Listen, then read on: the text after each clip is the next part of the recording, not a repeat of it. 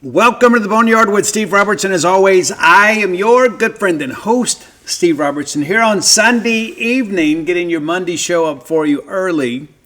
Busy day today. Your good friend and host will be on the road much of the day on Monday. Got to head down to Columbia, Miss. A lot of guys hit me up, we discussed that last week about the young man from my hometown that played for the Columbia High School Wildcats that passed away tragically. And I feel it's my obligation and my responsibility and my duty as a former Wildcat to go and support that family. And not that I need anybody out there to give me praise for doing what I believe is the right thing to do. But Luke Davis Jr. was tragically taken from us on Christmas Eve on his way to go open gifts. And it is absolutely gut-wrenching. And as I shared, I did not know the family. I don't know them. I may get down there and realize there's a connection of sorts. But the reality of it is that my Facebook feed was just filled with people from my hometown that were absolutely heartbroken for this family. And so I'm going to go down and pay my respects. I don't get back down south enough. Probably pick up a Ward's big one while I'm down there. Got to treat myself every now and again. And then we're going to get back and spend some time with the fam here in Starkville. And speaking of Starkville, we didn't have any major damage with those tornadoes, but there was some damage. Even my daughter Mia, her vehicle got beat up pretty good. So it's something we'll have to deal with and contend with here in the days ahead. But we feel that we're very fortunate. There are many people around this great state and around the southeast region that were not as fortunate. Several years from now, we're not going to remember that we had a few dents and a damaged bumper. There's some other people out there that'll never forget what's happened within their lives. And you just got to take it all in the proper perspective. I say these kinds of things all the time. People will say, hey, Steve, I'm sorry for this, sorry for that.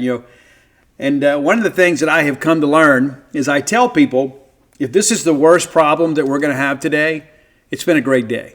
Honest to goodness.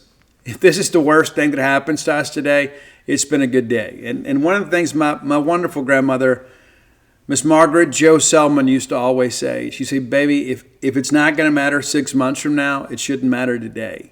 I've tried to always kind of institute that in my life. Instead of getting all bent up by the circumstances that are just temporary in life, and much of it is, there's no point in sweating that stuff. Matter of fact, a guy wrote a best-selling book one time called Don't Sweat the Small Stuff. And it's all small stuff. And in many respects it is. But there's some people out there that have had, life-changing events. And so for us to get all, hot and bothered, for something like that, I think it's disrespectful to them. When they've got something major going on, it's like, oh my gosh, I got to go pick up some limbs. There are other people out there picking up the pieces of their life. You got to have context for all that. But all that I understood, got a lot to discuss today. We broke some big news over at genespage.com today, and we make that stuff free. We do. When there's breaking news like that, we make it free. You don't have to be a subscriber, but you certainly should be. You can still take advantage of our 50% off the annual subscription price for a few more days. Be sure and go check that out. If you're tired of being the last to know, then you need to come subscribe at genespage.com. As you saw today as we broke some big news, even though we made that content free, more times than not, we're breaking the big news about your Bulldogs. And you need to have some advanced knowledge of that. If you love Mississippi State, you're going to love genespage.com, 50% off. And also, too, so many great people, man. We've had such a great week at True Rest Float Spa of Starkville. You can still take advantage of the buy one, get one free special. Dial 662-268-7601. Or just drive by and you can meet my lovely bride there at True Rest Float Spa of Starkville. Matter of fact, I gave Zach Selman and his family a tour today. Yeah, how about that? Cool stuff, man. Let's thank our friends at Bulldog Burger Company, longtime sponsors of this show. We love Bulldog Burger Company. We don't just like them, we love them. Because when we go in there, they show us love too. You put your feet under their table and just let them take care of everything else. It's what they love to do. They do. Have the spring rolls as your appetizer. Get a great restaurant quality hamburger. It's one of the great delicacies we afford ourselves in life. Get that chocolate shake to go. You'll be glad you did. Whether it's a lunch date with friends or work colleagues or a night out with family, you can have the adult beverage. You can just have the great family night, whatever you'd like to do. 3 great locations to serve you: University Drive in Stark Vegas, Gloucester Street there in Tupelo, Lake Harbor Drive in the Rich and Flowood area. We love Bulldog Burger Company and look forward to partaking in some of that amazing cuisine sooner rather than later. All right, let's jump into it. Of course, this morning, breaking news as Mississippi State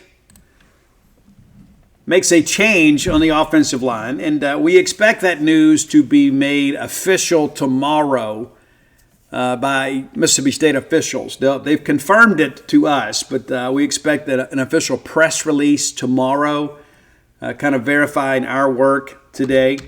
So, and one of the things I want to tell you, too, about Cody Kennedy, before we get into all the rest of the stuff, okay? Cody Kennedy is a great person. I mean, outstanding person. And I share that with you because you guys don't always have the opportunity to get to know these coaches as people. You know, you see them on television, you see them in the press conferences and things like that. And you feel like in some respects that you know them, but you don't really know them, you know.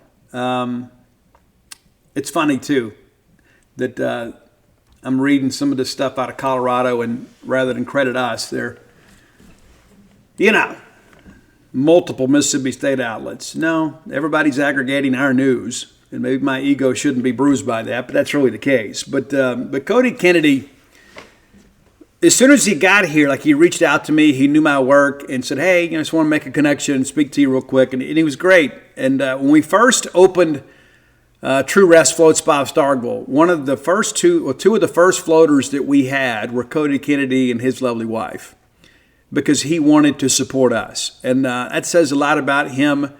And every time that I've saw him, it's always been a handshake and a hug. He is that kind of guy. And, you know, Jeff Lebby made the decision that he wanted to go in a different direction. I don't know all the reasoning behind that. It's the first thing people ask. And some people thought, hey, did Cody Kennedy just leave? You know, sometimes it's our decision. And you don't always have to support those decisions. But the reality of it is that Jeff Lebby recognized a need within our team, and he made a decision. And so we're going to support Jeff Lebby. We're going to support the decision, but at the same time wish Cody Kennedy well, because he is a high-caliber individual. There is no question about that, none whatsoever.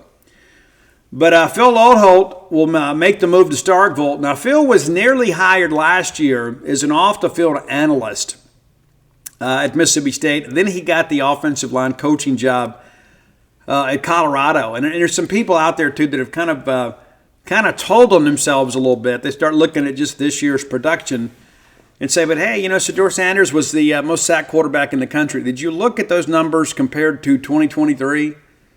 Well, no, you didn't.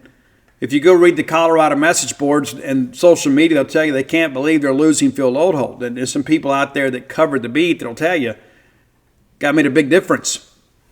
But Phil is a guy that has been closely aligned with Jeff Lebby throughout his coaching career. And to kind of give you some background here, too, he is originally from Honolulu, Hawaii. How about that?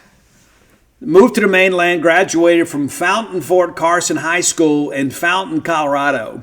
Played both sides of the line, and ended up being an all-state player. Had to go the junior college route. Made the move to Garden City Community College. He was a 2-time junior college All-American there. Signed with LSU, and then eventually wound up at Oklahoma. And it was there that he became one of the best offensive linemen in the country. Eventually got drafted, second round by the Minnesota Vikings. Went to work and was, as a rookie, was a starting right tackle for the Vikings. Played 15 regular season games and both playoff games, including the National Football Conference championship game. Pretty impressive stuff. But, spent a lot of time here in the league. I guess 7 years when it's all said and done. I think that's correct. It's one of those things you go, you start looking at this and you forget how long these guys played, right? It's interesting, too. Here, the 2013 season, he signed a $25 million contract. Nuts.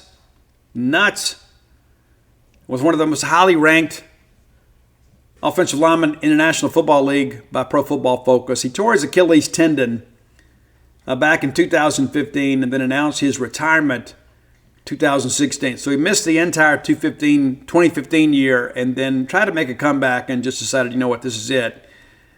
Took some time off, got into coaching, joined up with Jeff Lebby at Central Florida from 18 to 19 as an offensive assistant coach. He was an analyst with Lebby at Ole Miss from 20 and 21, and then followed Lebby to Oklahoma for 22-23, and then took the offensive line coaching job at Colorado. So 6 of his 7 years as a college coach have been spent with Jeff Lebby. So he obviously is a guy that Lebby knows well, that knows Lebby's system well. So in that respect, I think it's a good thing.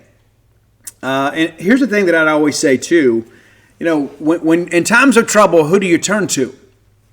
You turn to people you know and trust.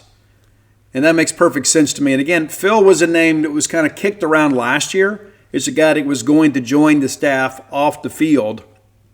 And then he had the opportunity to go on the field at Colorado. And so I understand there's a little bit of hesitancy, I guess you could say, from some of you all because of the fact you say, hey, Steve, this is a guy that doesn't have a lot of direct coaching under his belt, and I understand that. I'm not going to sit here and tell you it's a home run hire, but what I will tell you is this is a guy that has credibility in the room. This is a guy that's played football at the highest level and excelled at the highest level, and then has also worked extensively with your head coach Jeff Lebby. It makes perfect sense to me. And again, I don't know all the reasoning behind the Cody Kennedy decision, but I think, and I go back to the very first question that I asked Jeff Lebby, or second question I asked Jeff Lebby at the signing day press conference about any potential coaching staff changes. And he said, we're going to make some additions. I'm really excited about them. Well, now that's kind of coming to focus a little bit. Is now Phil Lodeholt, a guy that knows Lebby well, and Lebby has certainly surrounded himself with people that know him and his system well. So I am very supportive of the hire. I think you should be as well. And there's some people out there. I mean, we could have hired Bill Belichick, and Mike Ditka and all these other people. We could have dug up Vince Lombardi, and some people would say, hey, they're past their prime. I joked about that on the message board. Somebody made a comment and said, hey, we could have hired Nick Saban, and some of you wouldn't have been happy. And I said, yeah, people would say he's over the hill and he's a retread. And so I think it's important to just kind of put a pin in those discussions, and let's see how this thing plays out, for sure. Now, the second addition to the staff, and maybe you kept up, I don't know. Maybe you are apprised of everything that's happened. Vincent Dancy. Now, I like this one a lot too. I like this move for a lot of reasons. It's so interesting, A native of Sugar Land, Mississippi, played at Noxubee County High School, and then went on to Jackson State and became an all-conference player at Jackson State. Once his playing days were done, he took a position as a GA with Jackson State, worked himself up to an on-the-field position as a safeties coach. In 2014, he took a defensive coordinator job at Payne College over in Georgia. Then takes the defensive coordinator gig at Mississippi Valley State from 15 to 17, and then ultimately becomes the head coach there for 5 seasons. After they made the change at Itabena, he takes a defensive quality control analyst position at Colorado, and then goes on the field this year coaching defensive ends. And I don't know if you've kept up. Maybe you have.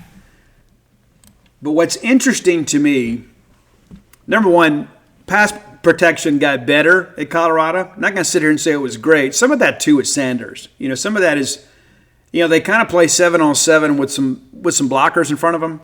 You know what I'm saying? It's just a different deal. They don't run the football much. They just kind of line up and get after it. That's just kind of what they do. But Colorado led the Big 12 in sacks by 39. Now, Kansas State, that's a program you guys know pretty well. Usually pretty good on defense. They finished second.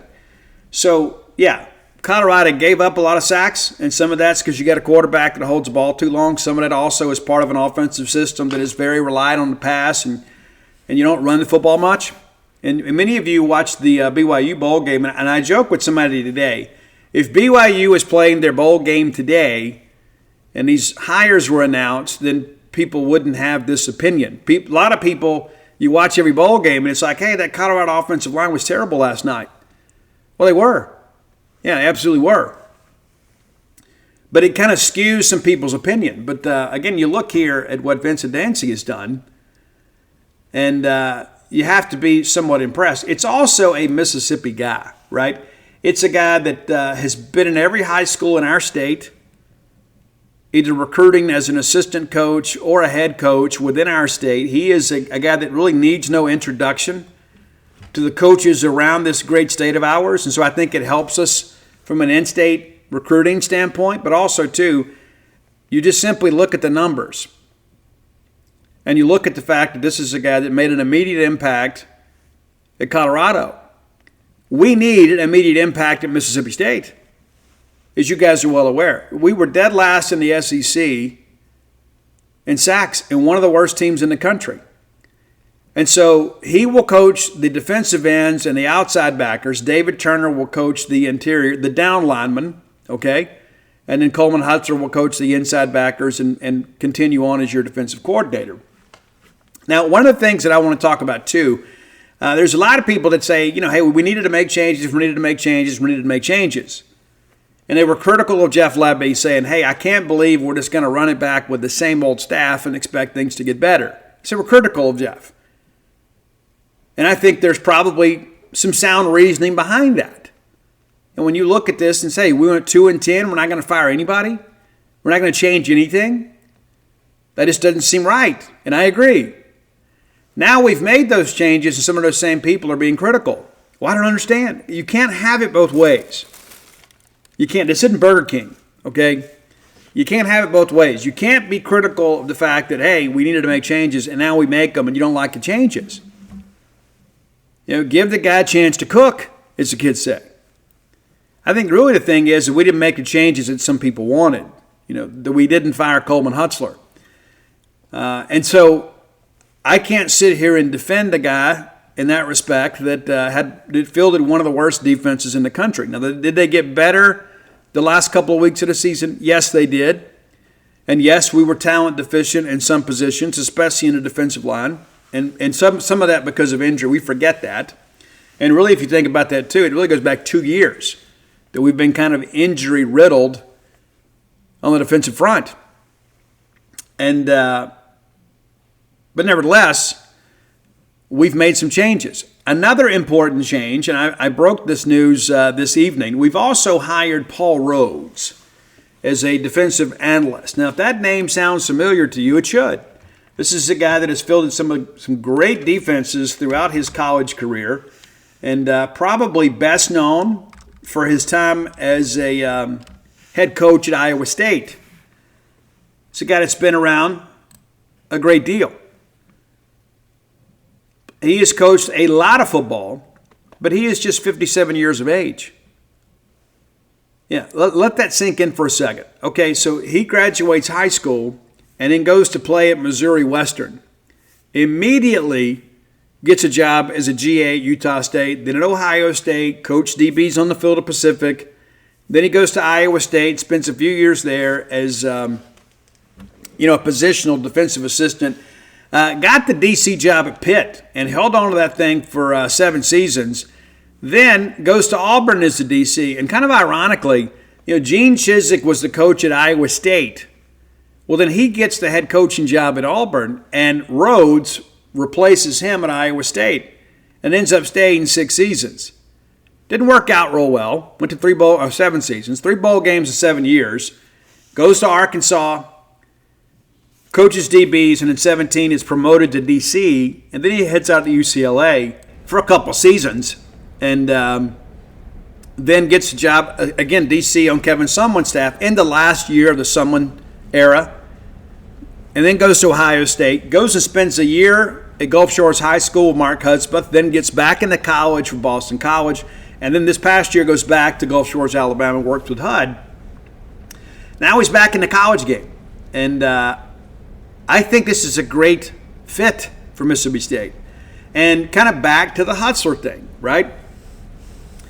Sometimes these coaches are only as good as the support staff around them. And so you go bring in a veteran defensive coordinator, a guy that's been an incredible developer of talent, a guy that's done a great job as a defensive play caller over the years, and just about everywhere he's gone, defenses have gotten better and stayed better. And one of our astute posters posted some numbers. I haven't verified these numbers, but I'm going to take him at his word here and kind of share some things here that he put. I haven't gone in and verified these numbers, but they're interesting, right? So let's go to 2000. The Pitt defense in 2000 was 23rd in the country. In 01, they were 27th. In 02, 14th. 03, they take a drop back to 57th. How great will we have been with the 57th ranked defense in the country? In 04, 46th, and they start kind of working their way back up. In 05, 30th. 06, 60th. So that's about midway, middle of the pack. 07, 43rd. He goes to Auburn in 2008, the year before he got the head coaching gig. Auburn had the 14th best defense in America. Goes to Arkansas, it's 115th, and Arizona 118th. But again, these are coaches, they were on their way out. And so, again, by and large, defenses have gotten better when Paul Rhodes has been involved. As one source told me, Paul Rhodes is simply a ball coach. And so when you think about some of the problems that we had this year, you talk about some things schematically. You've all seen the Twitter videos and things like that. We were misaligned at times. This is where I think Paul Rhodes can really help us. And he said, but Steve, how involved can he be? Well, he can do everything but coach on the field. As you guys saw, Zach Arnett was a defensive analyst for Ole Miss this year, sat in the booth, And so, yeah, he can be very plugged in and help out. And I think when you've got a guy like Coleman Hutzler that doesn't have a lot of experience as a play caller, having somebody like Paul Rhodes to kind of serve as a mentor is a great thing. And this is not about just Coleman Hutzler. This is about what's best for Mississippi State football. We had to make some changes on defense, so here's what we do. We bring in a guy that can help us on pass rush, right? Vincent Dancy.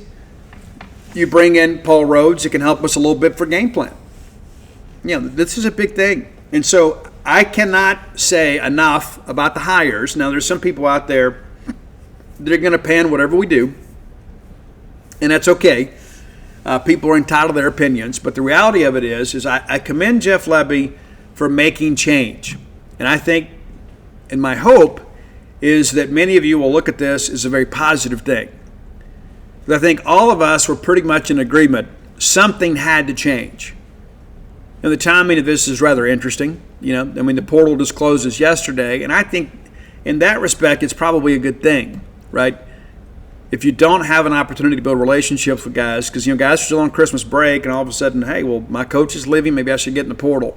Now you get the benefit of the spring for Phil Lodeholt and those guys to kind of build that relationship, and guys can still get in the portal in the spring if they're uncomfortable with the change.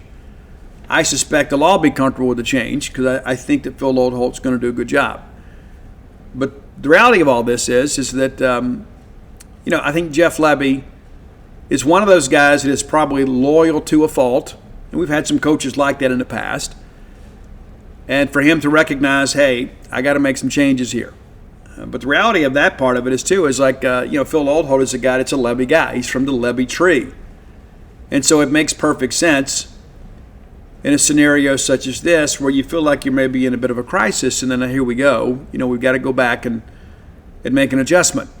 And I feel good about it. and I hope that you do as well, because when you think about an NFL veteran and also a guy too that has played in junior college and then parlayed his junior college experience into a Power 5 opportunity at the time and then into an NFL career, this is a guy that, again, will have credibility in the room. When you're recruiting a junior college guy and say, hey, I know exactly how you feel, I know exactly where you're coming from because I've been there too. So again, credibility within the room, and that means so much when it comes to buy-in. It's easier to buy in, no matter the position group, no matter the scenario that you're kind of working through, when somebody has been there, when somebody has been in your shoes and say, okay, this is what I did, kind of follow the path that I kind of laid for you, and you may have that same level of success. Now, not to say that we're going to have a bunch of All-American offensive linemen, but I think this is a good development in that respect. And again, you missed Cody Kennedy.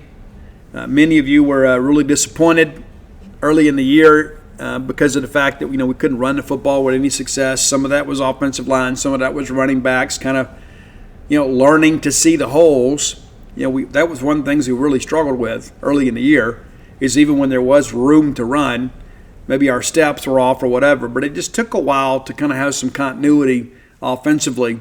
And I expect that to change this year. I think the talent level has been increased, and in addition to that, I think bringing people in that are familiar with the nuances of your scheme, and this may be a scenario too. People are going to say, well, what did Cody Kennedy do wrong? I'm not aware that he did anything wrong, and I don't believe it's the case. I don't think Cody would have ever done anything wrong.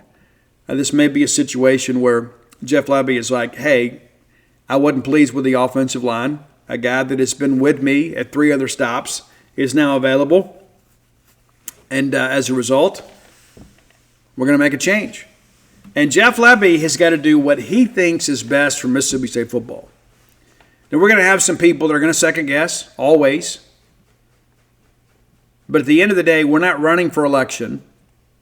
It's one I pointed that on the message board today. People are like, well, other people are saying this. It doesn't matter what they think. It doesn't matter what they say. What other fans think about us is simply not important. The only thing that matters is winning football games and graduating players. That's it. Simple as that. So Jeff Lebby is going to be judged ultimately by wins and losses. We're not going to conduct an opinion poll on Twitter of rival fan bases to ask them what they think. What sense does that make? And so, again, it goes back to the old Gene Simmons adage that has kind of made the rounds again. I don't value the opinion of somebody I wouldn't ask for advice. And I would encourage you, this is one of those situations, to employ that line of thinking. Why would I ever go ask a rival fan, hey, what do you think about this? Because it doesn't matter. You have a vested interest in Mississippi State football. And so the choices basically are this. Either you support the staff or you don't. But I'm going to support Mississippi State. And many of you are going to support the logo, right? We're going to hope for the best. But immediately after we announce some of these hires, people start tearing them down. Well, not so much Vincent Dancy. We haven't had a lot of that. And I think the Paul Rhodes news has been exceptionally well received. Mainly it's been about the Phil Loadholt thing because people don't really do their research. But I understood. You look at those numbers and say, hey, they were last in the Big 12 in sacks. That's true. The numbers are the numbers. Now, we can dig a little deeper and try to find some causation for that. And I think that's kind of where we are. But, I think when you begin to think about, the future of Mississippi State football, these could be some good things, right? This could be a scenario where you make change and all of a sudden you've upgraded your talent through the portal and perhaps maybe you upgraded your level of coaching as well. But I do like the idea of this edge outside linebacker thing. I think it lessens some of the positional responsibilities on Coleman Hutzler. I think it also keeps David Turner on the field, and Dave is a great recruiter. If you've read the commitment interviews from defensive linemen in the portal, every one of them has referenced David Turner, about how much they like David Turner. More times than not, they're not coming to Mississippi State without David Turner. And again, portal guys, a lot of it's about the paycheck too, but the paychecks are often comparable. And so when there is a tie, you need to make sure your positional coach can win and break that tie. And I think that's what David Turner has done for us. All right, time for today's Top 10 list. As always, brought to you by closewithblair.com. That's CLOSE with Blair, BLAIR. Blair is my friend, your friend, our collective friend in the mortgage industry. Blair's been doing it 24 years, kids. Don't complicate it. Dial 601-500-2344. There's a lot of anxiety that goes along with getting a mortgage. It's true. It's true. And so rather than gamble with this sort of stuff, take the sure bet. Blair Chandler.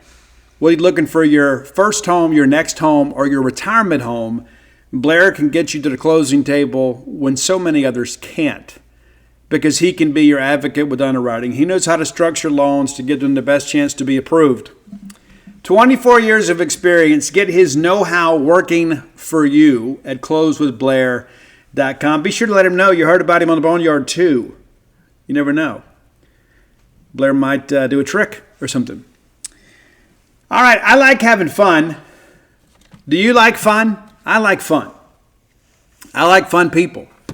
I like people that use their talent to bring more fun into my life. And one of the funnest follows that I have on social media is Anthony Vincent.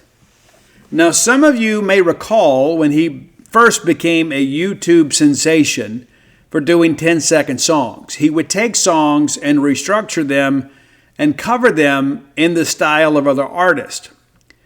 Well, now he fronts a band, no surprise there. He is an incredibly skilled musician. He has covered some great songs.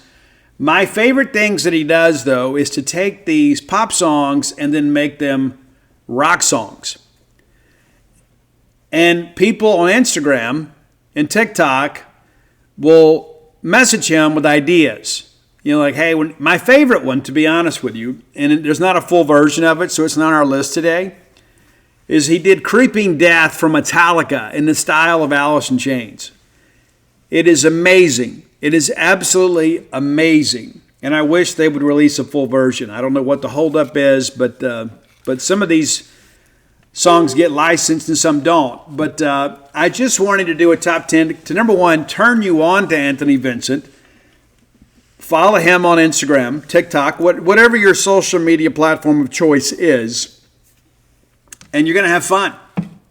Guaranteed to have fun by following Anthony Vincent. The videos are incredible. He'll sing them and you kind of get all goofy. It's great. So here we go. 10 of my favorite covers by Anthony Vincent in the style of someone else. Okay? You with me? Number 10 on our list is YMCA in the style of Rammstein. Yeah, you know them from Du Hast, right? A German kind of club band. It's interesting. It's a very interesting interpretation. Okay, number 9, another one you didn't see coming. It's Old Town Road in the style of Nickelback. And don't sit here and tell me, oh, Steve, Nickelback, you love Nickelback. Stop being a hater. Stop following the loser trends out there. Y'all rock the Nickelback and you know it. And when nobody's in the car with you, I know you look up Rockstar and you sing along with it. You do. All right, number 8, the TLC classic No Scrubs. You want to take a stab at this one? Yeah, in the style of Korn. And so you've got all that crazy guitar work and things like that in the background, that weird tuning. No Scrubs in the style of Korn. Great track. Number 7. It's NSYNC's Bye Bye Bye in the style of Slipknot. He does a lot of stuff in the style of Slipknot. And he'll put on the mask, get all crazy and silly. And again, I love people that don't take themselves too seriously. It's true. Number 6, Billie Jean of Michael Jackson in the style of Breaking Benjamin. And the music on this is absolutely incredible. It sounds so much like Breaking Benjamin, you would think it is a Breaking Benjamin song. It is amazing. Number 5, another combo you didn't see coming. One of the greatest songs of my lifetime. It's Cisco's Thong Song in the style of Marilyn Manson. You never thought that was coming. Much different. The video is not nearly as good. The Cisco video is much better. But nevertheless, I think you'll dig that one. Number 4, another odd pairing here. It's Yeah from Usher. We still like Usher, huh? In the style of Metallica. And man, does it work beautifully? I mean, it's perfect. To hear the James Hetfield, yeah. It's nuts. It's incredible how well it works. All right, number 3. We continue with the odd pairings here. It's Wonderwall, the Oasis classic song that everybody can sing along to, because Liam Gallagher really doesn't have that good a range. Good guy, though. But it's Wonderwall in the style of Linkin Park. I mean, you're laughing right now, but when you hear it, you're thinking, holy smokes, this is amazing. Number 2, one of the more recent ones, and again, another pairing you don't see coming. It's Hollaback Girl from Gwen Stefani. It's Bananas. Bananes or AS, Bananas. If I could spell bananas here. In the style of Bring Me the Horizon. And it works. He recently released this one, and it is a hit. I've shared this with so many people the last few days. It's now available on iTunes and Spotify, wherever you get quality music. It works so beautifully. I think this thing is a hit. I wish radio stations would play it. It's so perfect. I sent it to a friend of mine. They said, Britney Spears should actually collaborate on this. It's Hit Me Baby One More Time in the style of Ozzy Osbourne. And it is a masterpiece of music. We all dug the original one. And, we probably need to get ourselves checked. But in the style of Ozzy. And so basically, it's got the bass line of No More Tears in the background. And I think Anthony, while he can mimic a lot of people, I think he probably uses some AI as an assistant on this. But this, to me, I think is the wave of the future in music in many respects. It's incredible. And so maybe you've got a great idea. I've recommended some things. He hadn't picked one of mine yet, but I'm going to stay at it. But I think there's some cool things out there, some weird collaborations. They do a lot of Slipknot stuff. They do some Ozzy, a lot of Alice in Chains. I think because he can mimic those. I think he's comfortable doing that. He'll bring in some guest musicians at times.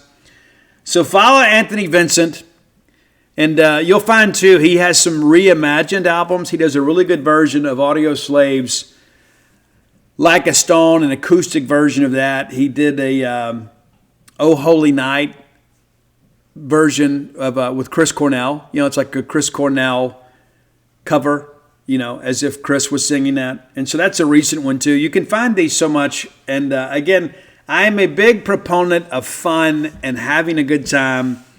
And I tell you this too, if any of you guys are out there, want to put a little band together and let's do some of this stuff, I'm more than happy to do that.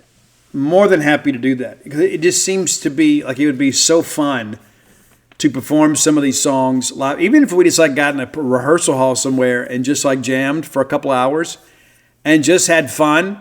When I was... one of the first bands that I was in, one of my ideas is I said, hey, I want to take rock songs and make them dance songs. And then this band called The Party came along. And we've had that song, The Party song, their version of Dokken's In My Dreams, on a top 10 list one time. We have. And that hit, and I was like, this is exactly what I envisioned. Let's take some of these rock songs, put a good guitar, voice on the keyboard. We'll put a good bass line on it, and we'll make a hit. We'll go cover these songs, and people will love it. And so this is the reverse of that. We're taking these dancey top 40 type tracks and making them rock songs. And they just sound so great. I think you're going to dig it. Now, some of them are better than others. The reason they're, number 10 is not nearly as good as number 1. But, man, I think it would be so fun to do that. Wouldn't it be great? I get out those old black and silver glitter pants and do it again, Put on those Michael Jackson socks. Have some fun. So I hope that you have some fun in your life. And I think the top 10 list is very fun. Some people, I guess, Steve, I fast forward to that. I'm not a music person. My feelings aren't hurt, okay? I get it. It's not for everybody. But, we do what we do here on the show. But I've had many people that will come to book signings. It's like, dude, I love the top 10 list. It's one of my favorite parts of the show. I love to get the Mississippi State information.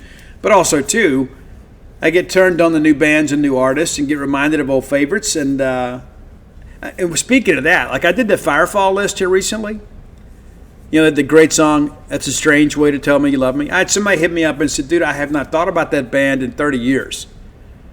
And I've been jamming them ever since. And so that's a cool thing, too. That's what we do here on the show. It's a fun show. It is. We try to have fun here. And I think Anthony Vincent, again, will bring a little joy into your life. And he's no poser. This guy's really, really talented. I think you'll dig it, and so be sure and check it out. That's one thing that when this thing first popped up like 10, 15 years ago on YouTube, the 10-second songs, like he would like take, and there's some covers of that out there too. Like he'll do like certain songs, 20 different stylings, and it's just amazing to me that he can pull that off. It's like all of a sudden, the music changes. I mean, the tempo is the same, and it's true to the original in that respect. But all of a sudden, he's working in like some Korn or Megadeth and things like that. It's nuts. I'm so amazed by this guy's talent. So be sure and check him out and give him a follow. You'll be glad you did, because fun is fun. Thanks as always to our friend Blair Chandler at closeatblair.com. If you have ideas for the top 10 list, reach out and let us know. Best way to do that is to hit up Roy on X at Dogmatic67. That's DAWGMATIC 67. You can find me on all forms of social media at Scout Steve R.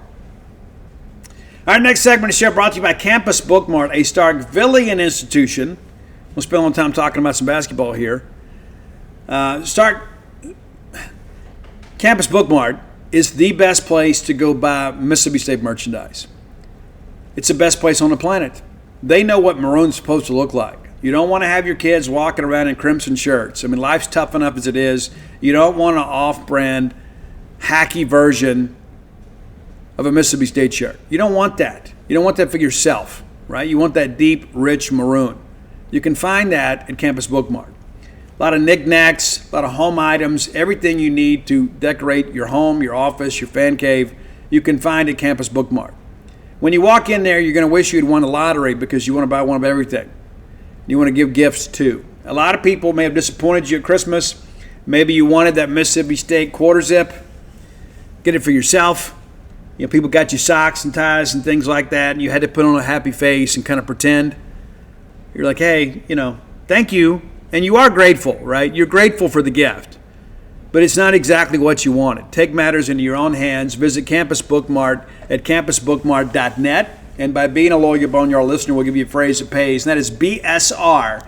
Stands for Beautiful Steve Robertson. Gets you free shipping on all orders over $75. Any order less than 75 bones, absolutely incomplete. How cool is that? I love Campus Bookmart. I do. All right, Mississippi State women back in action today, 2 p.m. tip, and the ladies win going away. No real surprise. We expected that. But it's good. It's a good thing to take care of business. And again, I'm starting to like this women's team. They're not 13-1, and it's not just because they're winning. It's just the fact that they're a likable team. They play really hard. And, of course, we're about to get really, really tested. But, a 95-47 win over South Carolina State, and it could have been much worse for us. They dropped to 115 as they get ready for MEAC play. We're 13-1 as we get ready for SEC play. But it was all Bulldogs early and really all throughout the game. State wins the first quarter 23-10. It is a 53-23 game at the break. And then from there, State kind of called off the Dogs a bit. but you win 20-12 in the third and 22-12 in the fourth to win 95-47. Let's see here. I told you guys, too, they just didn't have a whole lot. Their best scorer, Jada Morgan, comes off the bench, 12 points.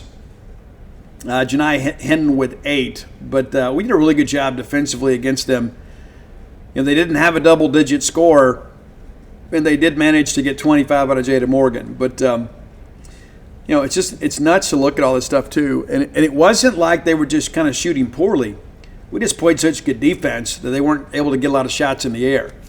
Medina Okot, another very efficient night for her. In just 19 minutes of action, 16 points, a perfect 7 of 7 from the floor, and then 2 of 2 from the line. Everything that she put in the air found the bottom of the net. 6 rebounds, a couple of assists. Did have 3 turnovers, but also a steal.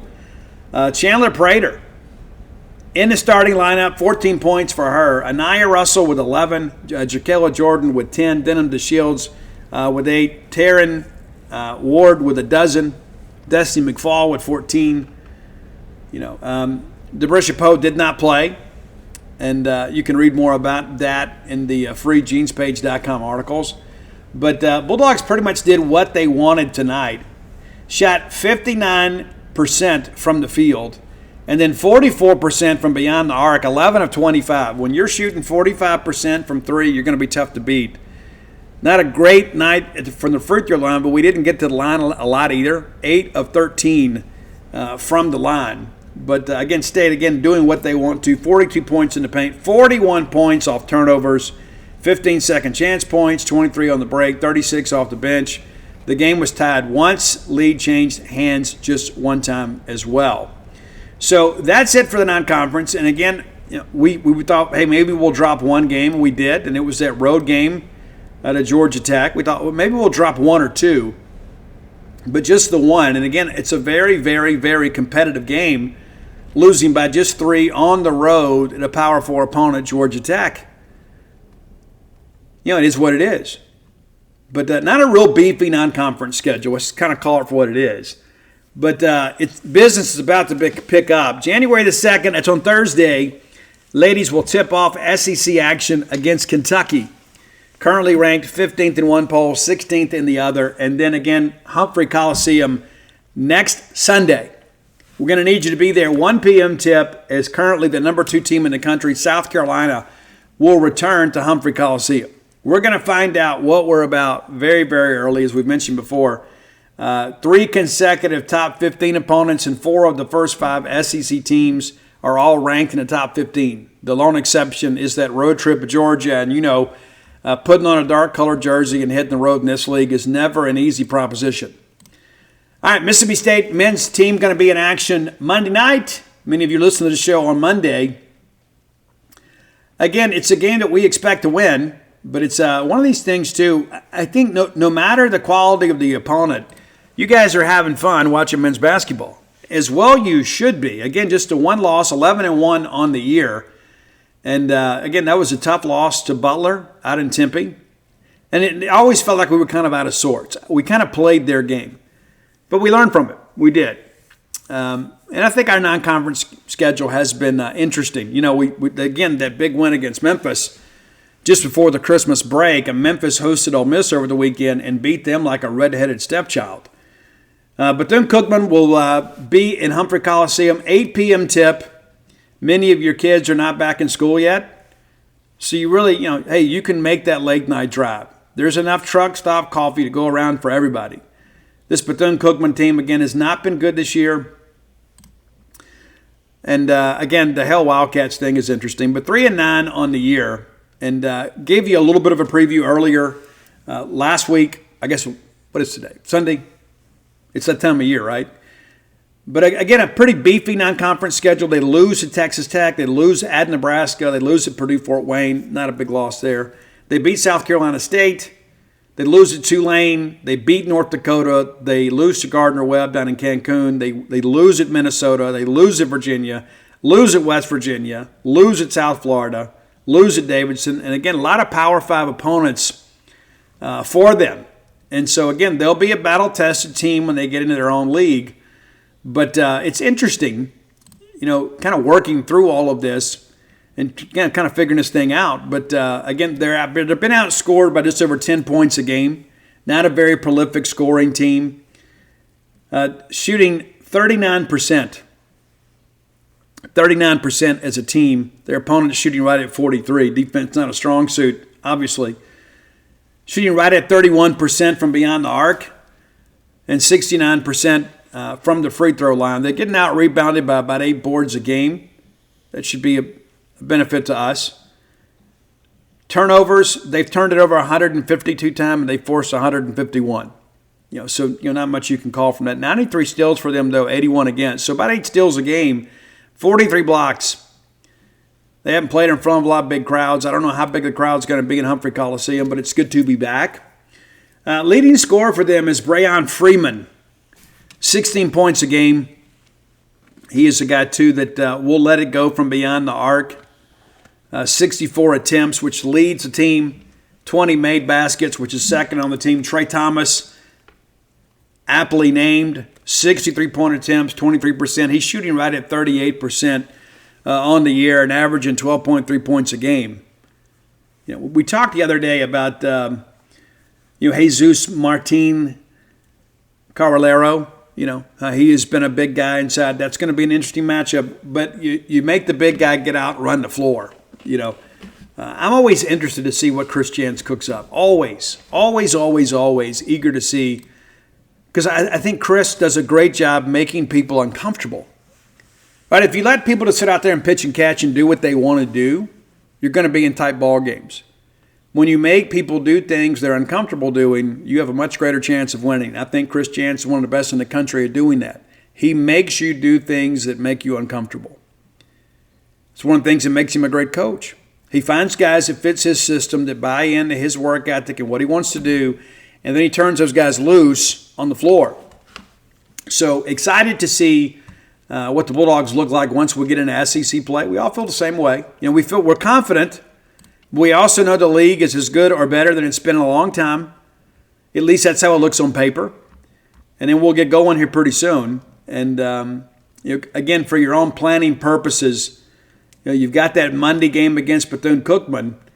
And you don't have a lot of time to rest because on Saturday, and again, we need you here, January 4th at 1 p.m., we're going to host South Carolina in the SEC opener. Again, that's January 4th. So we'll see you Monday. We'll see you on Saturday. And what you could do, of course, is just hang with us all week. That'd be cool, right? But I'm eager to see. Like middle of the year. I mean, how many times have we talked about that? Chris Jans, I think, has maybe at times been dealt the short end of the stick when it's come to the early portion of the schedule when we've gotten into SEC play. I think this year it's a completely different dynamic. I mean, you think about this.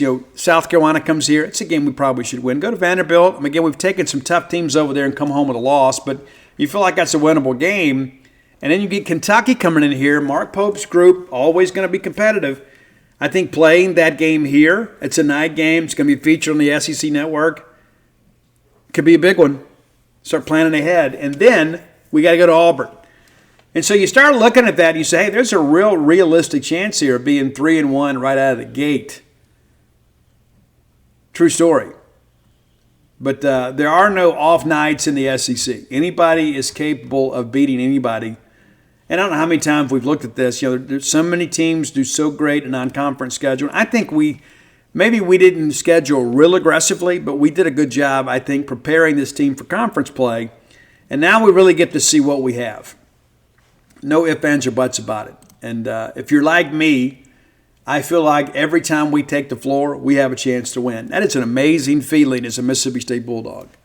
And I remember we hired Chris Jans. I mean, we were all excited about Chris Jans, and we watched him. Those guys were in the tournament, and everybody got all on board with that. And he was like, man, I want to see this brand of basketball at Mississippi State. Now we have it. It's kind of taken root. And no, we haven't won an NCAA tournament game yet, but we've been in a tournament both years. And I firmly believe we have a legitimate chance, depending on the matchups, to get out of that first weekend and hang another banner of significance in Humphrey Coliseum. And it's been a long time. It has been. I think sometimes we lose track of that. We get so caught up in the middle of what's happening now, and we forget, kind of where we've been. And I think the job that Chris Jans has done, as great as it's been, has just kind of been overshadowed a little bit by the fact that we haven't won an NCAA tournament game. But I think you go back and look at the years that we had, we were basically an NIT mainstay. I think everybody kind of sees that for what it is. But, you start looking at the NCAA tournament, guys, we have not won a game in the NCAA tournament since 2008. Yeah, let that sink in for a second. 2008. We haven't gotten out of the first weekend of the tournament since 1996. Went to the Final Four. Since the Final Four appearance, Mississippi State has won 4 NCAA tournament games. Yeah, let that sink in for you. And we have a lot of our fans, of course, they're men's basketball fans first. And I salute them, and I salute all of you that turn out and support the Bulldogs at every turn. But when you look at the fact that, we hadn't been in a while, like 2009, we go in as a 13 and we lose to Washington at 71-58. We went in 08, went in 09.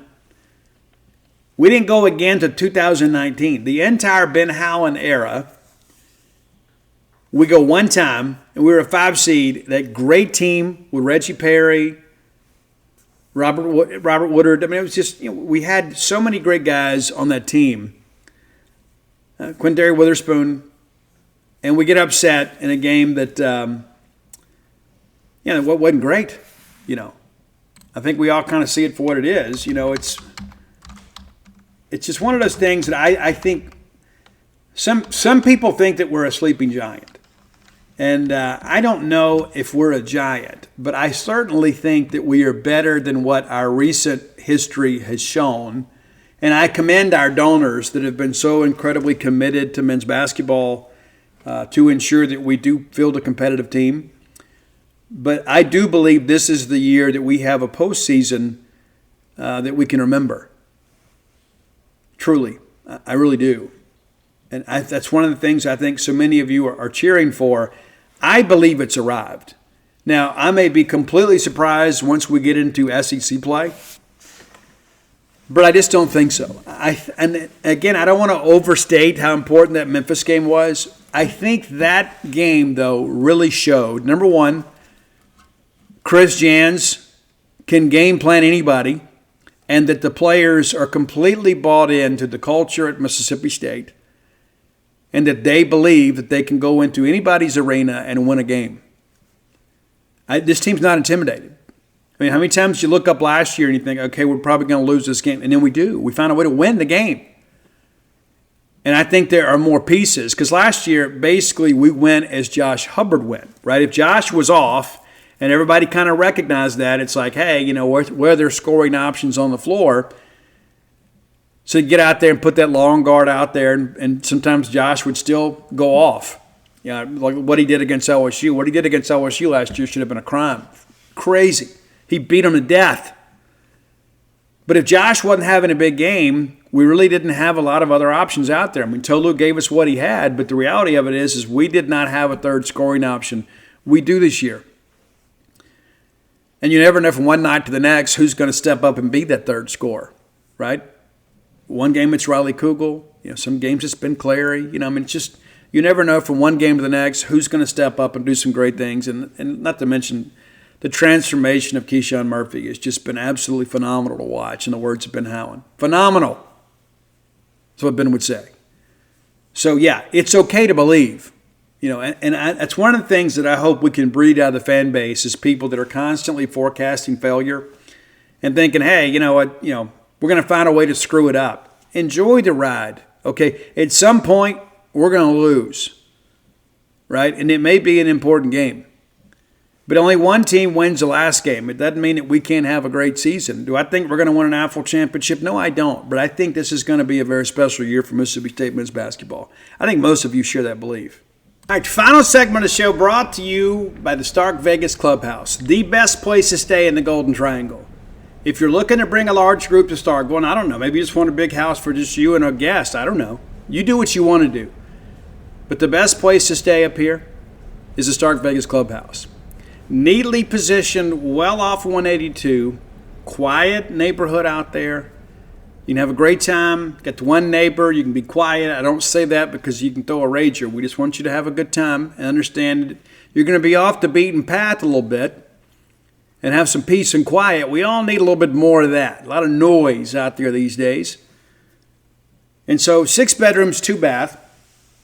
And we'll be spending some time there this week. We cannot wait to have everybody together. And everybody kind of have their own space and kind of have a chance to kind of spread out. But more importantly, just to spend some family time together. The older I get, the more that matters to me. Having all of my children together. You take all that stuff for granted when you're young, right? It's like, well, I've got them all here, and we'll get them off to college. And you look up one day and everybody's got their own life, their own families, And so it's important to get everybody back in town, be together. Let's have fun with it. You need to be the linchpin in your life and go ahead and begin to plan a trip yourself. Don't sit around and wait for somebody else to invite you. You be the organizer. You dig into it. You can Google the Stark Vegas Clubhouse. Their Facebook page auto-populates. You can see all the amenities that are available to you and your guests. That full-service kitchen, the wet bar, the big living area, the big back porch, the fire pit area. You can see everything out there. And I understand you can kind of spread out and have a good time. It's true. Now, after you Google that, some booking options are going to pop up too. You can book through Airbnb or VRBO, completely up to you, or you can book through Evolve, and I can save you some cash. Book through Evolve and use promo code BSR10. That's BSR10. Gets you 10% off your stay just by listening to this show. Yeah, super cool, right? I mean, it's the same venue, just at a discounted rate by these people here. So whether it's a ball game weekend, a midweek trip to Starkville, maybe it's a work trip, I don't know your needs, but get all your friends and family together under one roof. You'll be glad you did. The Stark Vegas Clubhouse can make those dreams come true. All right, real quickly here, I want to do, the portal closed on the 28th. And so there will be likely some trickle news into Monday. Schools have in 48 hours. And some people take the full 48 and they count them as business hours. So some schools, Sunday won't matter. You came in under the wire on Saturday. Some people went ahead and put them in on Sunday. Some schools will do it Monday, but it could linger into Tuesday. So you're going to see some new players in the portal. Now on the Mississippi State side, there are no new players. Now Kevon Lee was announced as entering the portal just before the deadline. That's not really new news. He's just officially in, if that makes sense. The expectation that he was going to go. And then there was some chatter that he might come back, whatever, but no, it's official. He's in. So Mississippi State, 25 outgoing transfers, and everybody thinks, oh, Steve, that's so many. I thought let's take some time today and let's kind of go over what the rest of the conference looks like in that respect. Of course, we've got 25 out and brought 17 in with some more to go. And, we certainly expect to have, have another here, tomorrow. I was told on Friday he was announcing on Saturday. No, excuse me, on Thursday he was announcing Saturday. And then on Friday I'm told, well, maybe Sunday. Now it's Sunday. And he's like, no, I'm going to do it Monday. Spoke with him today. So not worried about it. I'm just ready to get it done, right? To remove it as a topic of conversation. Plus, it'll be fun to celebrate, right? One more spot filled. All right, so let's work through the conference here. Outgoing transfers, because I'm sure you haven't kept up. Alabama with 14. Of course, Alabama, still got a game to play. But, 14. And of the guys that have left, all of their 14 guys have already made their decisions.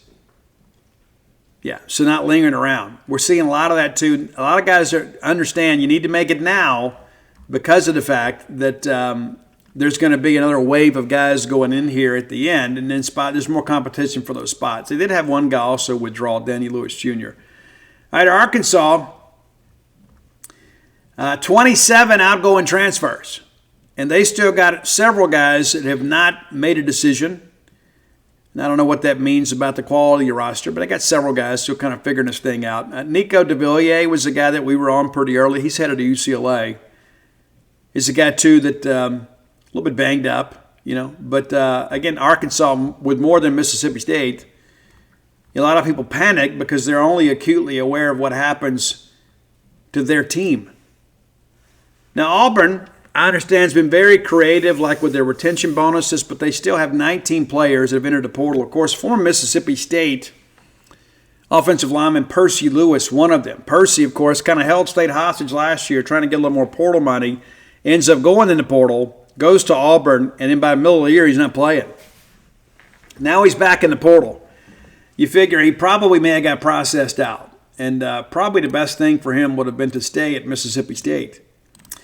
All right, the Florida Gators only got a handful of transfers coming in. They got 16 going out as it stands right here today. And again, these numbers, there may be one or two more added.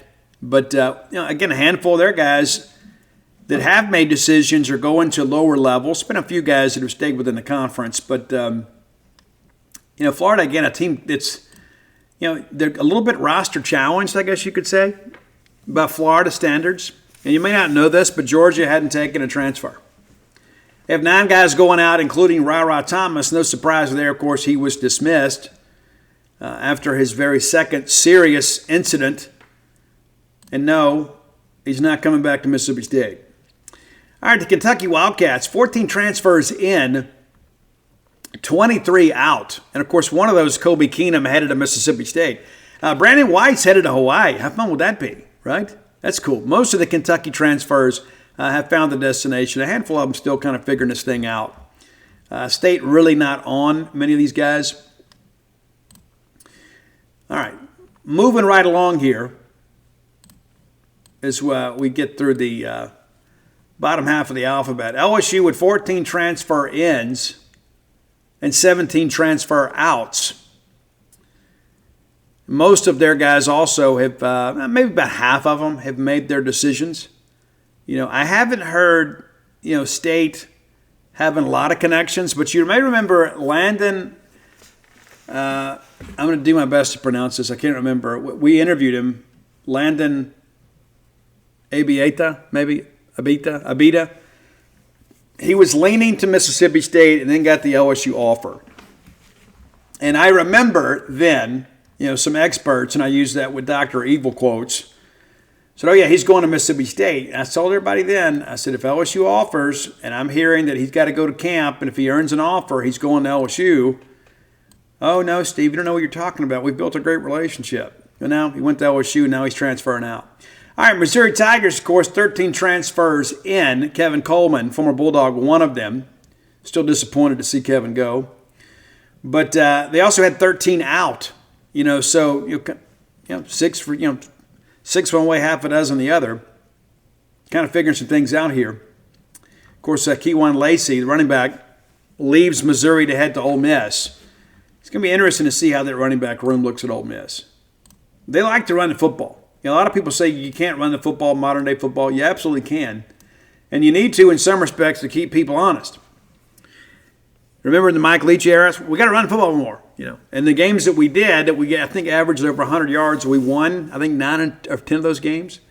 All right, Oklahoma's had 9 transfer ins, 24 transfers out. What does that mean? Of course, one of those guys, Brennan Thompson's headed to Mississippi State. Always a good get there. And he is a guy we expect to kind of play that Kevin Coleman role. And people are like, but Steve, people forget. Kevin Coleman only had like 300 yards at Louisville. He was a product of the system. And that's not to knock him, okay? That's not knocking him. He is an incredible talent. But Jeff Lebby knew how to utilize him and put him in a situation to be successful. Not that Eli Drinkwitz won't, but he was not getting the looks at Louisville that he was at Mississippi State. All right, Ole Miss, your friends, 15 transfers in and 15 transfers out. And it's interesting, too, like looking at some of these names. A lot of these guys, are just kind of nondescript, Micah Pettis was the guy that got dismissed. Now he's headed to Florida State. Rodney Gross Jr., remember, he was at Mississippi State. He's the one that made that very critical penalty against LSU when we had a chance to win that ball game. The leaping penalty that gave them a first down and gave them the opportunity to put the game away. Would have loved to have seen what would happen there. But I think headed to his fourth school in 4 years, something like that. So it's always so interesting when guys continue to keep transferring. Yeah, I almost wonder nowadays if it just isn't a financial situation. It's not about education or playing football. It's like, hey, I want to get paid. All right, South Carolina, 8 transfers in, 13 out. And the majority of their transfer outs have not made a decision, and it's a slight majority. But, it's interesting, to kind of see around the conference here, how this thing is going. Not a lot of highly rated transfer out, but like Robbie Ashford's transferring again. Former Auburn quarterback. Like Robbie Ashford's one of these guys, too. His closet probably looks like a clown car with so much color in it. So many different school colors. And he's not alone in that respect, but it's just kind of, it's getting to the point now it's almost absurd. Everybody wanted this unlimited transfer rule, and I don't know that it's been good for anybody's education. All right, Tennessee has had 1 transfer in and 17 transfer out. So what's interesting is how many of these offensive players are leaving. I think it's a half dozen wide receivers now. State's on Squirrel White. We'll see how that goes. And State did take Jalen Smith. But it's so interesting.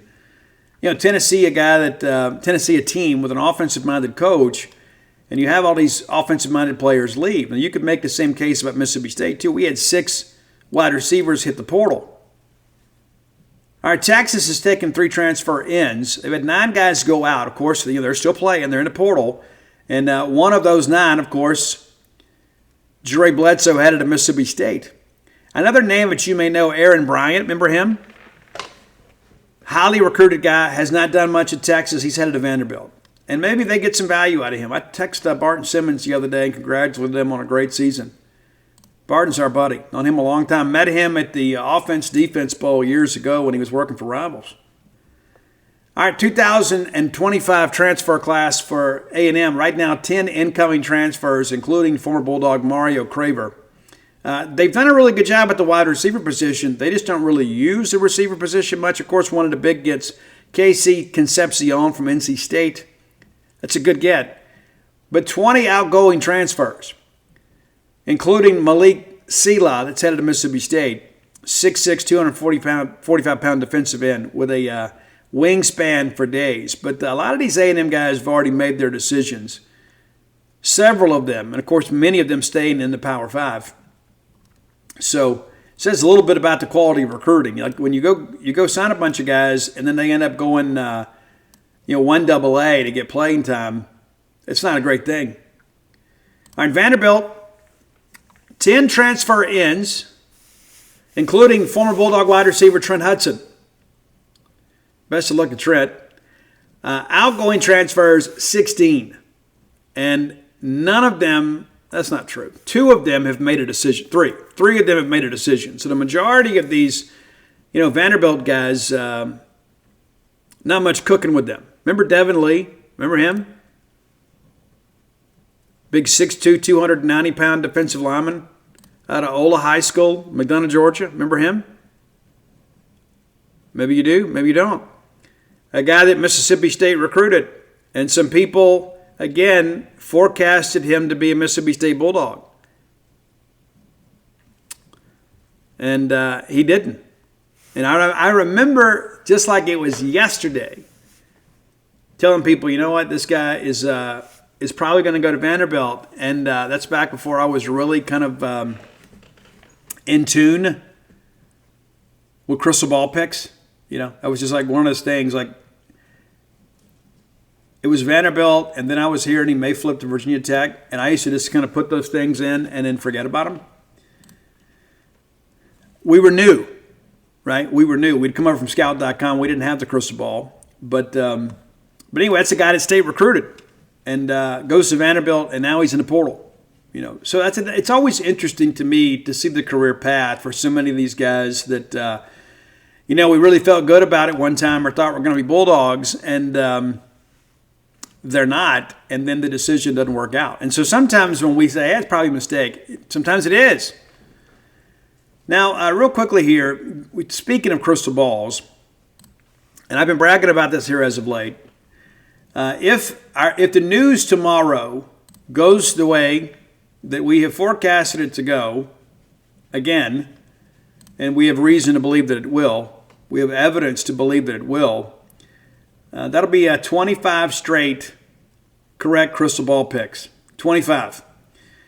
So we're on a bit of a heater right now. And it says, I guess I'm 25 of 30 for 2025. Missed some in the spring. But again, nice little run here that we put together. But I share with you guys before, I just don't play around with the crystal ball. I used to not even care. But it's become a point of pride for me. No matter where they're going, I want you guys to know as soon as we know. So that's an important aspect of this. So again, if you're not a member of genespage.com, you certainly should be. The evidence certainly supports that. You can get 50% off. And doing daily updates too on the portal stuff. And didn't run bones today. I think it's the first time in 3 weeks. Some days we've run double-digit bones. And the bones, of course, are like the recruiting tidbits. Just kind of pick out like 5, give you updates on kind of what I'm hearing on 5 players. And some days all the information comes in and we can do 2 sets of bones. You get 10. But if you are a recruit, Nick, or you want to know kind of what's going on as it leads up to the commitment, some people are like, Steve, just tell me who commits, who signs. Other people kind of want to keep up with, what's going on. Where are they visiting? When are they visiting us? And we had a deal tonight. Marcus Allen out of Eastern Michigan, Matt Zenitz, my friend, tweets out that he's going to visit State. It gets on Twitter today. We had it yesterday. Yeah, we had it yesterday. And so I share that with you just because of the fact, if you want to be the most knowledgeable and most up-to-date Bulldog fan in your circle of friends, you need to be subscribing to genespage.com. A lot of people out there would just say, hey, I'll catch up with it on Twitter. And then people are like, hey, Steve, why don't you just tell us on Twitter? What's my living? We work hard to get this information, and some of it we give away. But, the stuff like, the commitment stuff, we're going to give you that for free. So you can read exactly what the kids said about Mississippi State and why they chose Mississippi State. All that stuff's important, We share that so all Bulldogs can celebrate. We put it out on social media, and you don't have to have a subscription to read that. But if you want to read kind of the daily updates and kind of what's going on with people, you're going to have to be a VIP member. And we're making that, again, 50% off here for a few more days. Be sure and check that out. Remind you guys, too, New Year's is coming up. So on Wednesday, we'll do our year in review show. And if there is any portal developments, we'll discuss that too. But we'll do our year in review on the 31st. Is that right? Yeah, well, I guess it'll be New Year's Day. I don't know what day it is. I just know today is Sunday, the 29th.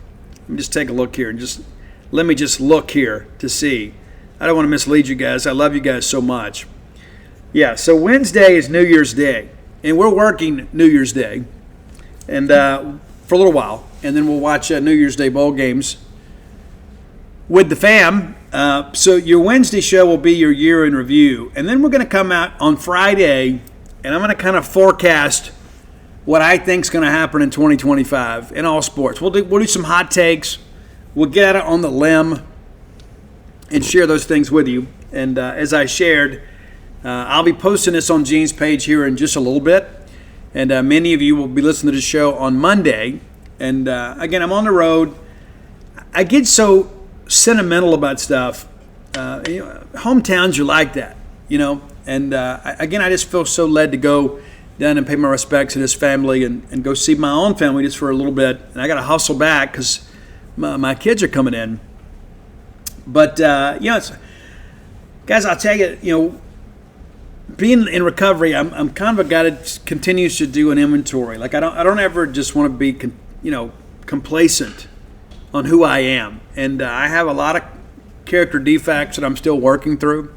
I can be a very vindictive person. I can tell you that. A friend of mine years ago told somebody else that Steve is the best friend you'll ever have and the worst enemy you'll ever have.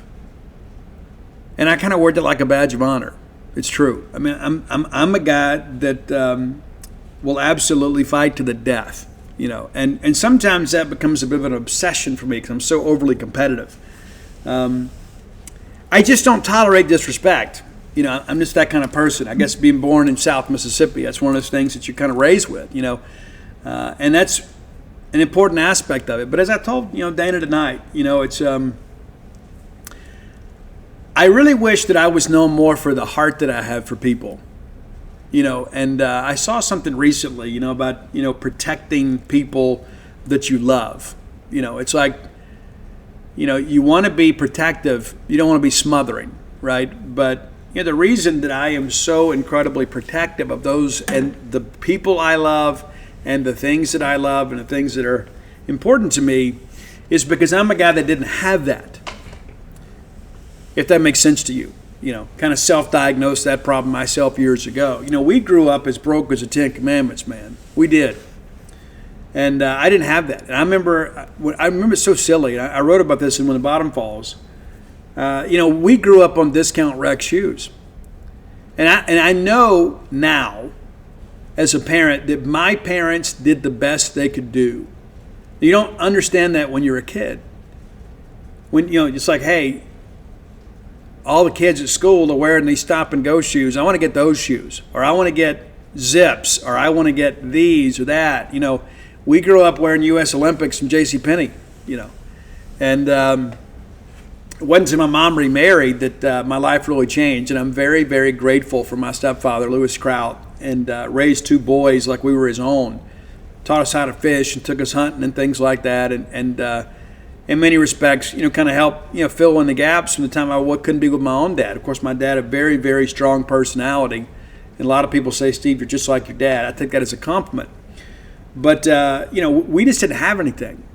And then when I decided to go crazy and jump into the path of addiction, and, of course, I had a genetic predisposition to some of that stuff, but I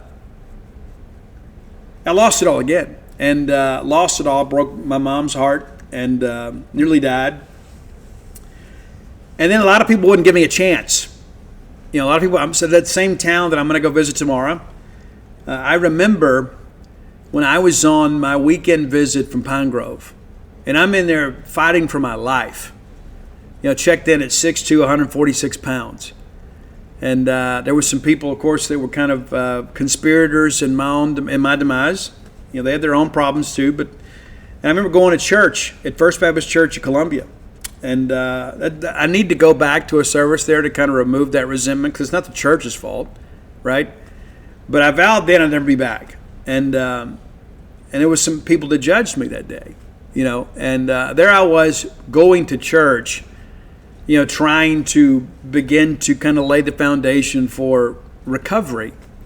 And there were a lot of people, a lot of whispers, a lot of pointing. And maybe it wasn't as prevalent as I thought. Maybe I was just so incredibly insecure at the time that I just thought everybody was talking about me. But some people were. It's true. But when I started over, I had to borrow $200 from my mom, and she didn't tell my stepdad, to go buy some clothes. Because the girl that I was living with at the time, when I was in the RID program, she relapsed, got evicted, and all of my stuff got thrown in a dumpster somewhere. Other than a few things. She was able to salvage a few things. She didn't have a truck. So whatever she could salvage, went into the the back seat of the trunk of a Toyota Corolla, and she was more worried about her stuff, I think one of my only prized possessions that made it, my old black and white polka dot pants that I used to wear on stage. That was it. A couple T-shirts along the way. And I don't think she intentionally salvaged it. I think she just grabbed a couple bags, and I just happened to get those things. And so I had nothing, man. When I met Dana, I didn't have anything but hope and dreams and my love to offer her. And so I'm incredibly protective because I know what it's like, number one, to grow up and not have a whole lot, and then to lose what you had and then have to rebuild from scratch. And so I don't want to lose those things, and I don't want to lose those people. There's some people that are so incredibly important to me in my life that I would go to the mat for them under any of circumstance. It's true. But the thing that I'll tell you about, when you face all that adversity, there is a certain level of confidence that comes along with that. You're facing adversity in life. It's like no matter what comes up, I've joked about this many times. If I found out, like hey, 2 weeks from now, Steve, we're going to need you to be the president of the United States. I have enough confidence in myself and what I've overcome in my life to say, you know what? It might take me a month or so to kind of figure this thing out, but I could do it. I don't think that anything is too big for me. And I don't think anything is beneath me either. You never know what life is going to throw your way. And I share with you guys all the time, I don't know how long all this is going to last. I'm going to try to make the most of it as long as I can. For as long as God lets me live and gives me good health, I'm going to work as hard as I can to set the standards as high as they can possibly be. And there's always going to be detractors. There's always going to be haters out there. It's true. I don't even feel any of that. And like my baby sister Reagan, who I love, and we don't always agree. And I love the fact that she feels close enough to tell me if I do or say something that disappoints her. I love that. I love that we have that kind of relationship. But you know what? If somebody ever tried to hurt her, I would do everything I could to protect her, right, in every aspect.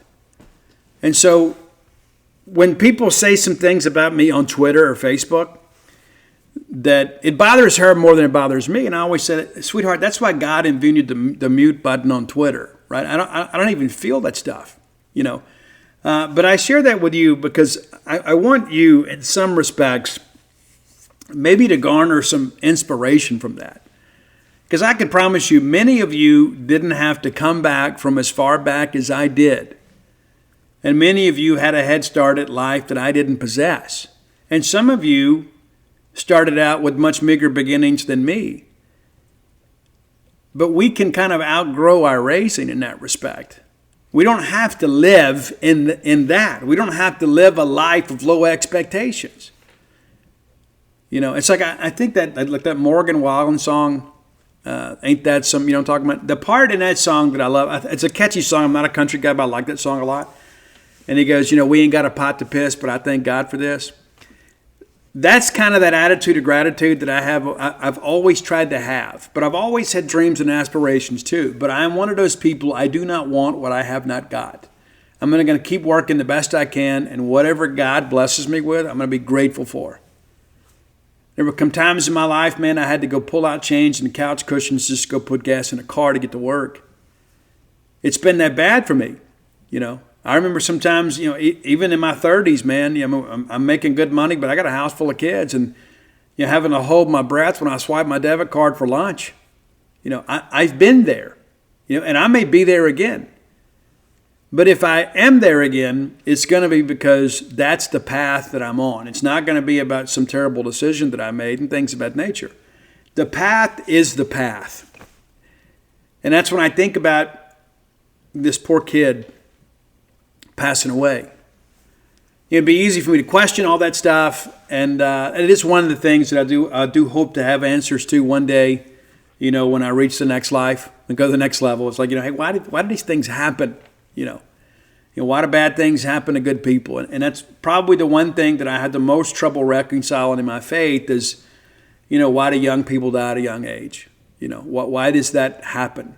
That's one of those things that just always troubled me. But here's what I do know, is that every day is a gift.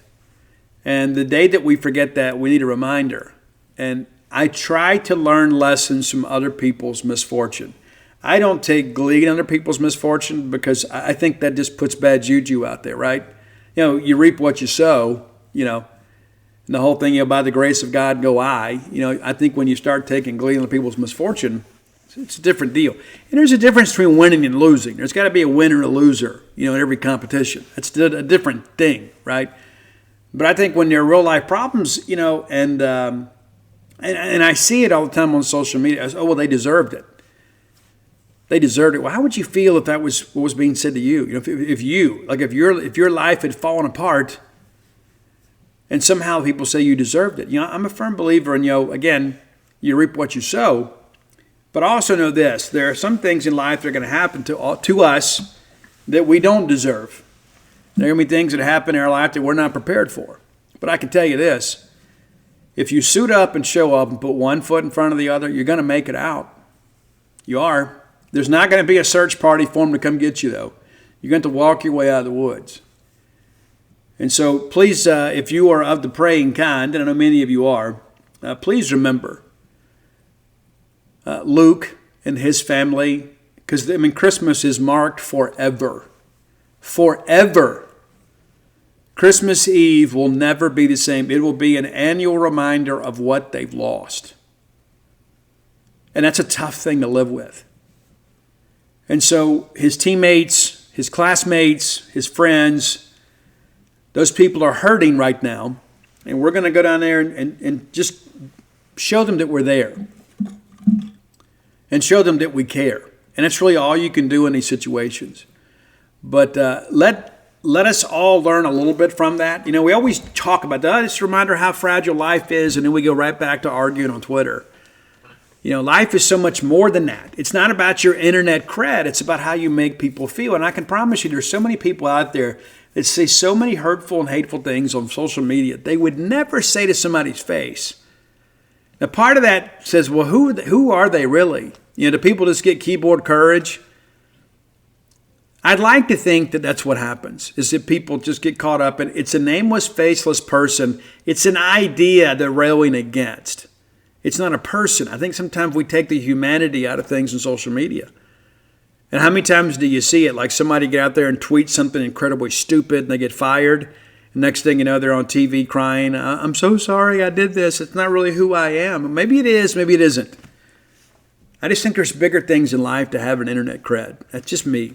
And maybe I'm wrong. So many people that they glean so much self-esteem it becomes their persona. It's just, man, it's important in some respects, but it's so pointless in others, man. Life is too precious for us to treat each other so horribly. So let's all be better people. Until next time, let's all live our lives in a way we make more friends than enemies and people can see a difference in the way we live.